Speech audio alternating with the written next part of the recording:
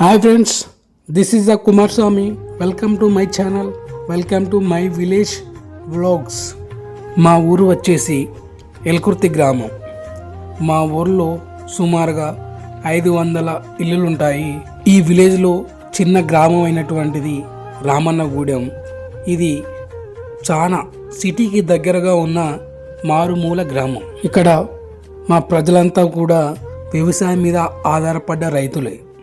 ఈ రైతులందరూ కూడా సంవత్సరానికి 2 పంటలు పండిద్దాం అనుకుంటారు, కానీ ఒకే పంట పండిస్తూ ఉంటారు ఇక్కడ ఉన్న రైతులు. ఎందుకంటే పక్కన ఉన్న ధర్మసార రిజర్వాయర్ కూడా నీళ్లు వాడుకోలేని పరిస్థితులు ఉన్న రైతులు మా రామన్నగూడెం రైతులు. ఇంతకీ వ్యవసాయం అంటే సాయం చేసే వాళ్ళను వ్యవసాయం అంటారు, కానీ సాయం చేయడానికి మాత్రం ఏ నాయకుడు రాడు. ఏ నాయకుడు రాకపోయినా ప్రతి ఒక్కరు నాయకులుగా మారిన గ్రామం ఏమన్నా ఉందా అంటే మా విలేజ్ మాత్రమే. మా విలేజ్ గురించి చెప్పాలంటే మా ఊళ్ళో 2 స్కూళ్ళు ఉన్నాయి, కానీ విద్యార్థులు లేరు. మా ఊరుకు 2 సార్లు బస్సు వస్తుంది, కానీ ఎక్కేవారు లేరు. మా విలేజ్లో ఉన్న ప్రేమలు ఆప్యాయతలు ఏ విలేజ్లో ఉండవు. ఎలక్షన్స్ వచ్చినప్పుడు దూరంగాను, ఎలక్షన్స్ అయిపోగానే దగ్గరగా ఉన్న గ్రామం ఏమన్నా ఉందంటే అది మా విలేజ్ మాత్రమే. ఇక నా విషయానికి వస్తే నేను ఎక్కువగా యూట్యూబ్, ఇన్స్టాగ్రామ్ వాడుతూ ఉంటాను. అందులో అప్లోడ్ చేస్తుంటాను వీడియోస్.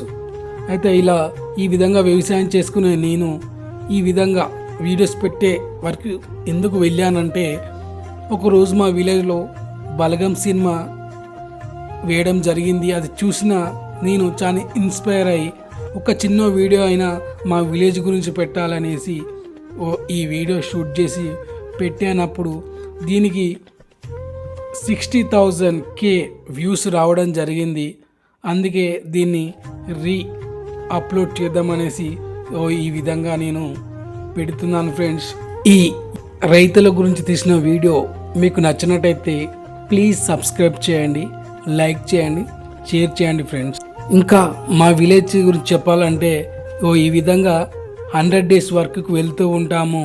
ఈ రోడ్ల పంటి జంగల్ కటింగ్ చేస్తూ వ్యవసాయం చేసుకునే కుటుంబాలు, ఇలా వ్యవసాయం చేసుకునే బతికే కుటుంబాలే ఎక్కువ. ఇక్కడున్న మా విలేజ్ పిల్లలకు మాత్రము 7th క్లాస్ వరకు మాత్రమే ఉంది. 7th నుంచి 10th చదవాలంటే 5-6 కిలోమీటర్స్ వెళ్ళి అక్కడ మేము స్కూల్లో చదువుకోవాల్సిన పరిస్థితి ఏర్పడ్డది.